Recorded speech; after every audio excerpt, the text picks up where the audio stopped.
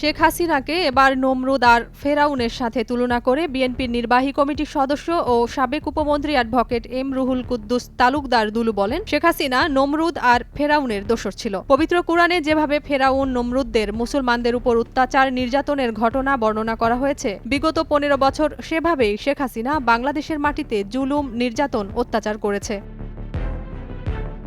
শেখ হাসিনাকে এখনও বাংলাদেশের বৈধ প্রধানমন্ত্রী বলে দাবি করে পশ্চিমবঙ্গের বিরোধী দলনেতা শুভেন্দু অধিকারী বলেছেন, শেখ হাসিনা বাংলাদেশে ফিরবেন প্রধানমন্ত্রী হয়েই। প্রধানমন্ত্রী হিসেবেই তিনি হজরত শাহজালাল আন্তর্জাতিক বিমানবন্দরে নামবেন এবং তাকে স্যালুট দিয়ে নিয়ে যেতে হবে। এরই প্রেক্ষিতে ১৩ ডিসেম্বর নাটোর সদর উপজেলার চাঁদপুর উচ্চ বিদ্যালয় মাঠে কাফুরিয়া ইউনিয়ন বিএনপি আয়োজিত জনসভায় প্রধান অতিথির বক্তব্যে অ্যাডভোকেট দুলু বলেন, ক্ষমতাচ্যুত শেখ হাসিনাকে জোর করে বাংলাদেশের ক্ষমতায় রাখতে চায় ভারত। তিনি ভারতের প্রধানমন্ত্রীর উদ্দেশ্যে বলেন, এত দরদ থাকলে একটি অঙ্গরাজ্য শেখ হাসিনাকে যেন দিয়ে দেয় ভারত সরকার, তারপর দেখতে পাবে ভোট চুরিতে কতটা পারদর্শী শেখ হাসিনা।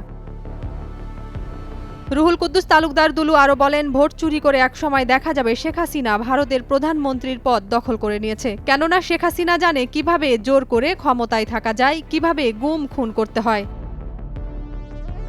বিএনপির নির্বাহী কমিটির এই সদস্য বলেন, গত ১৫ বছর বাংলাদেশ ভারতের অঙ্গরাজ্য ছিল।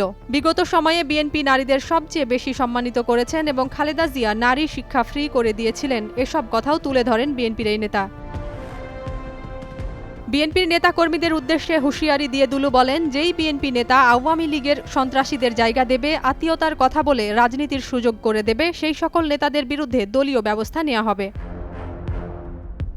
নাজিয়াত রুনা, নয়া দিগন্ত।